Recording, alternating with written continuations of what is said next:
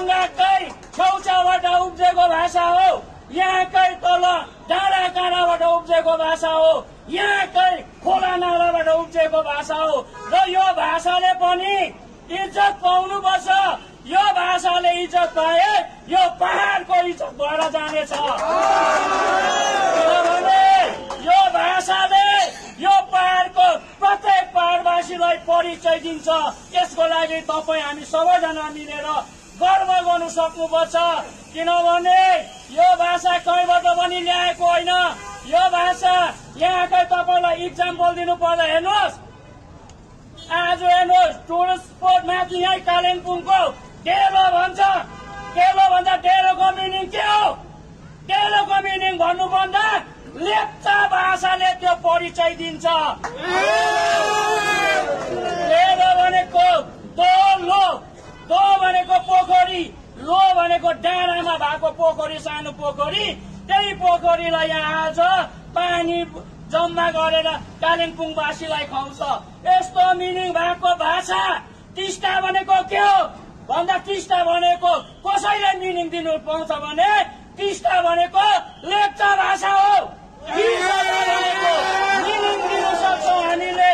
कालिम्पोङ भनेको के हो, दार्जिलिङ भनेको के हो, डेलो भनेको के हो, पुदुङ भनेको के हो, सिङ्गेबुङ भनेको के हो, काङ्कीबुङ भनेको के हो, तल लेबुङ भनेको के हो, सेरिमाली भनेको के हो, तोक्ता भनेको के हो, मङ्पू भनेको के हो, त्यो सबै लेप्चा भाषाले मात्रै परिचय दिनु सक्छ।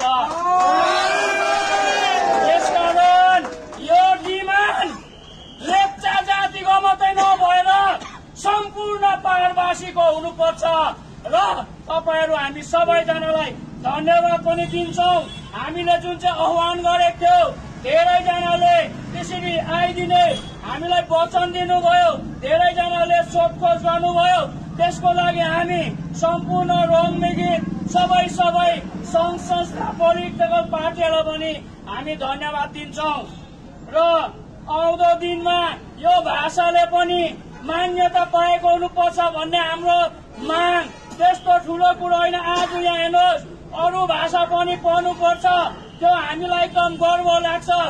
किनभने यहाँ नेपाली पढाइन्छ, इङ्ग्लिस पढाइन्छ, बङ्गाली पढाइन्छ, हिन्दी पढाइन्छ, यहाँ टिबेटन पढाइन्छ भने यहाँकै भाषाले पनि हाम्रो नानीहरू पढ्नु पाउँछ भने यो माग हो र हामीलाई आशा छ।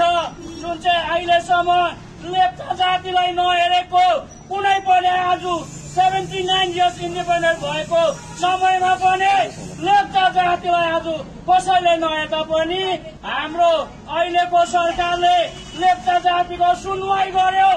किनभने 2011मा लेप्चा भोट पनि थियो, त्यसबाट हामीले धेरै काम पनि गर्न सक्यौं र आउने दिनमा हामीलाई आशा छ यो लेप्चा भाषाले पनि न्याय पाउँछ भने न्याय पनि यही सरकारले दिन्छ भन्ने छ। त्यसले गर्दाखेरि हामी हेर्नुहोस् कुनै कार्य गर्नुपर्दा हामी एउटा जातीय हौ, हामी सेजुम चलाउने मान्छे जातिलाई धोका दिँदैनौ, जातिलाई बनावटी कार्य पनि गर्दैनौ। नत्र भने हामी पनि हिजै कलकत्ता गएर गर्नु सक्थ्यौं। आज किन खुट्टालेर हिँड्दैछ भने हामी लक्ष्यमा पुर्याउँछौ। सेजुममा त यस्तो हो जसले चाहिँ लेप्चा जातिलाई लक्ष्यमा पुर्याएर छोड्छौं। यहाँ बनावटी देखावटी गर्नु छैन हामीलाई। नत्र भने कहाँ के अपन लिएर गइसक्ने। तर पनि आज हामी हाम्रो दुखेछ, छातीमा दुखेछ, छातीमा बलेको आगो आज हिँडेर भए पनि हामी कलकत्ता पुग्छौँ भने जमरको कसेको यही दाजुभाइहरू हामी कलकत्ता जाने भनेर। नत्र भने आज गाडीमा चढेर कि फ्लाइटमा चढेर कि ट्रेनमा चढेर पनि कलकत्ता पुग्छौँ। हामीलाई मन दुखेको छ। आज यहाँको भूमिपुत्र आफ्नो भाषामा पढ्नु पाएको छैन, आफ्नो भाषामा लेख्नु पाएको छैन। आउँदो दिनमा हाम्रो नानीहरूले पनि आफ्नो भाषामा पढ्नु पाउनु पर्छ, आफ्नो भाषामा लेख्नु पाउनु पर्छ भने हामी कसैसँग दुश्मनी छैन, कुनै जातिलाई केही भन्नु छैन। हाम्रो माग यति मात्रै हो लेप्चा जाति पनि यहाँको भूमिपुत्र हो र यो लेप्चा जातिले पनि आफ्नो भाषामा पढ्नु पाउँछ भन्ने मात्रै संवैधानिक अधिकार गरेको मात्रै हो। यहाँ कुनै सरकारलाई केही नराम्रो भन्नु छैन, नराम्रो देखाउनु छैन। तर तपाईँ र मलाई दिएको संविधानले दिएको मौलिक अधिकार फन्डामेन्टल राइट हाम्रो पनि नानीहरूले आफ्नो मातृभाषामा पढ्नु पाउँछ भनेको।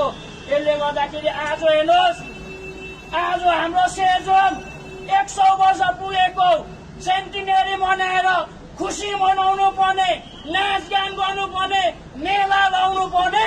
तर आज हामी मजबुत पैतालामा हिँडेर कलकत्ता जानु पर्दैछ। यो मन दुख्ने कुरा हो, सबै लेप्चा जातिलाई मन दुख्ने कुरा हो। आज हेर्नुहोस्, नत्र भने आज हाम्रो सेजोङ 100 वर्ष पुगेको आज सेन्टिनेरी मनाउँदै गरेको हुनुपर्ने। तर आज हामी आफ्नो भाषाको लागि अब 20 तारिकदेखि हाम्रो उन्नाम लाग्छ, घोडा वर्ग लाग्छ। नयाँ साल हो 20 तारिक, तर पनि 20 तारिक हामी कलकत्तामै मनाउँछ भनेर प्रण गरेका छौँ। हेर्नुहोस्, आफ्नो दसैँ छोडेर, आज तपाईँले क्रिसमस छोडेर, न्यू इयर छोडेर जातिको लागि यसरी उभिनु भएको सबै हाम्रो योद्धालाई पोमसेजुङ पोन्लम ठ्याक्टक निकालेर म तपाईँहरूलाई सलाम गर्छु। टोक्ची म भुत्पाली लगिन्छु। हेर्नुहोस्, 20 तारिकदेखि हाम्रो नयाँ साल 2347 वर्ष जुन चाहिँ पोर्ताक इरा लाग्दैछ र त्यस्तो उसमा पनि हामी कलकत्तामा हुन्छौँ र पुनुके वाचोकको अघि सिक्किम पनि जन्म जयन्ती पनि 20 तारिक परेको छ। त्यसले गर्दाखेरि हामी त्यस दिनहरूलाई पनि सम्पूर्णलाई भुलेर, रङ्गे चङ्गे सबैलाई भुलेर आफ्नो जातिको अस्तित्वको लागि, आफ्नो भाषाको अस्तित्वको लागि, आउँदो नानी बाल बच्चाको भविष्यको लागि तपाईहरु यसरी कम्बर कस्दिनु भएकोमा हामी पोमसेजुङको तर्फबाट जुन पनि यहाँ कमिटी छ, सेफ लेप्चा रङ्गे कमिटी भन्ने, उहाँलाई आज्ञा टोक्ची फुस्यो। तपाईहरुले गर्नु भएको यो कार्य, तपाईहरुले जुन चाहिँ एउटा आँट गरेको छ, यो आउँदो दिनमा लेप्चाको इतिहासमा सुनौलो अक्षरले लेखिन्छ। कोसिएको सबै कुरो जम्मैको आँखा अगाडि भएर जान्छ। कसले जातिलाई छल्दैछ, कसले जातिलाई दोहोऱ्याउँदैछ, किनभने सेजुङ यो लेप्चा जातिको लागि जन्मेको सेजुङ हो। त्यसले गर्दा तपाईहरुलाई लदो लागो अरिन्ताले तारे सूचना कायु सुरङ्नो चोबा नङवा काम गनलादो काइसा आबि लादबुसङ चोबा सुरङ नङनुगा कायु पेबा रम्बिका बामसिबो ओरे उन्साल्याङका गनसोदम रम्बे सुङतेत्रे सुदो मान्नो तदसा कुङ्गो निरङला तगुन्तलङ लिक्रङ कायु रम्बी सुङतेत्रे कायुसा सितेतनी अरे कलकत्ता नङसी बुसङ उयम कायु क्योल मातमङ नङगा सिबु गो आरे गनसुतम आरे आरिन थोस्यो अनि अभिन फिल्म कायो लता चङ पेबा सिलगुडी सङ्केत रोम सिबु ओरेनो तोगो फिल लोङ सिबु अन गोनो आरिङका आबि सुरङ न ल्यात्नु सङ बोला कायो आरे लादबो 20 तारिक चोङरे कलकत्ताका नङनुरे आरे रङछेउ रङदिन थुप्दो गात लिलङ कैसा अरे उल्टङ